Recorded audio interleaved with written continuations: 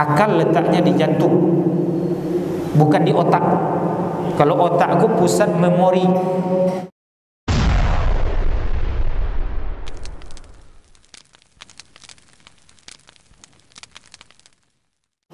Makanya Nabi mengatakan apa? Inna fil jasadi mudghah idza salahat salahal jasadu kullu wa idza fasadat fasadal jasadu kullu. Sesungguhnya di dalam jasad ini, di dalam tubuh ini ada satu daging.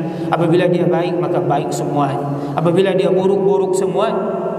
Ala wahyal qalb, seonggo atau sebongkah daging itu adalah qalbu, jantung.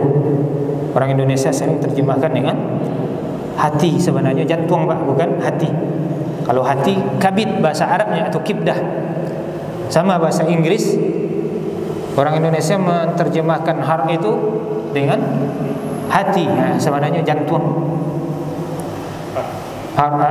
Merek Honda tu kan, One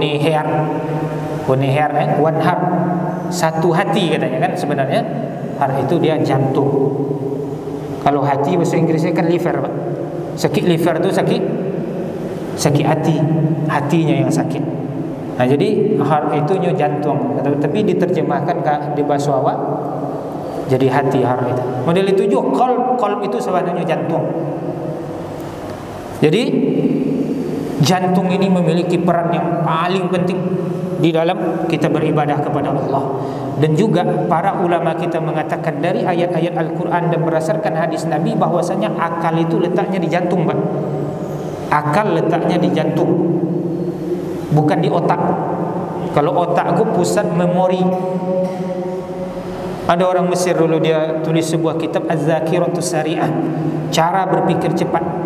Dia sebutkan juga di situ bahwasanya yang namanya akal adanya di jantung.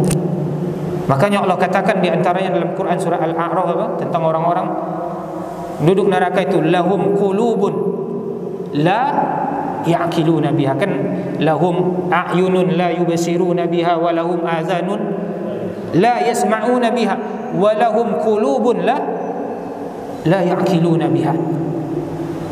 Mereka memiliki mata namun mereka tidak melihat dengan, mereka memiliki telinga namun mereka tidak mendengar dengan, dan mereka memiliki qulub, jantung-jantung, namun mereka tidak berpikir dengannya. La ya'qilu, mereka tidak mengakali dengan.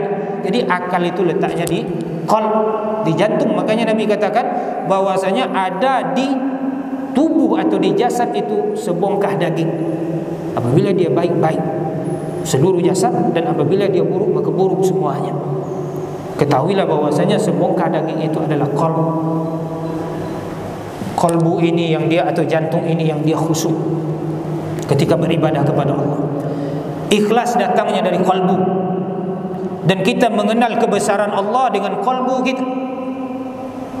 Bukan seseorang yang membuat solatnya seperti khusyuk sekali, sementara hatinya lalai dan jauh dari kekhusyuan, dari kebesaran Allah Subhanahu wa taala.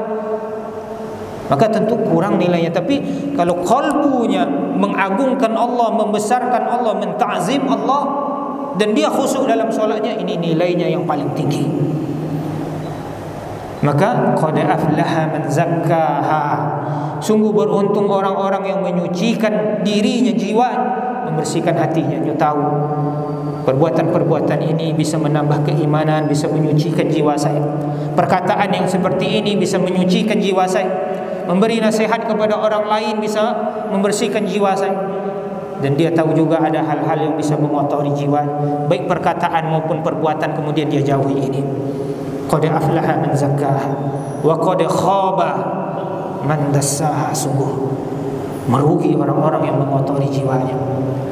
Maka kaum muslimin yang dirahmati oleh Allah Ta'ala, jalan bagi kita untuk menyucikan jiwa tidak lain dan tidak bukan diantaranya dengan menuntut ilmu, dengan berteman dengan orang-orang yang soleh, dengan duduk di majelis pengajian, dengan membaca Al-Quran, dan hindari tempat-tempat maksiat dan hal-hal lain.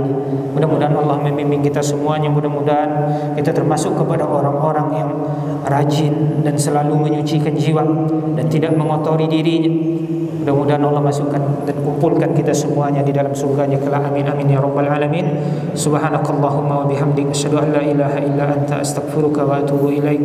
Assalamualaikum warahmatullahi wabarakatuh.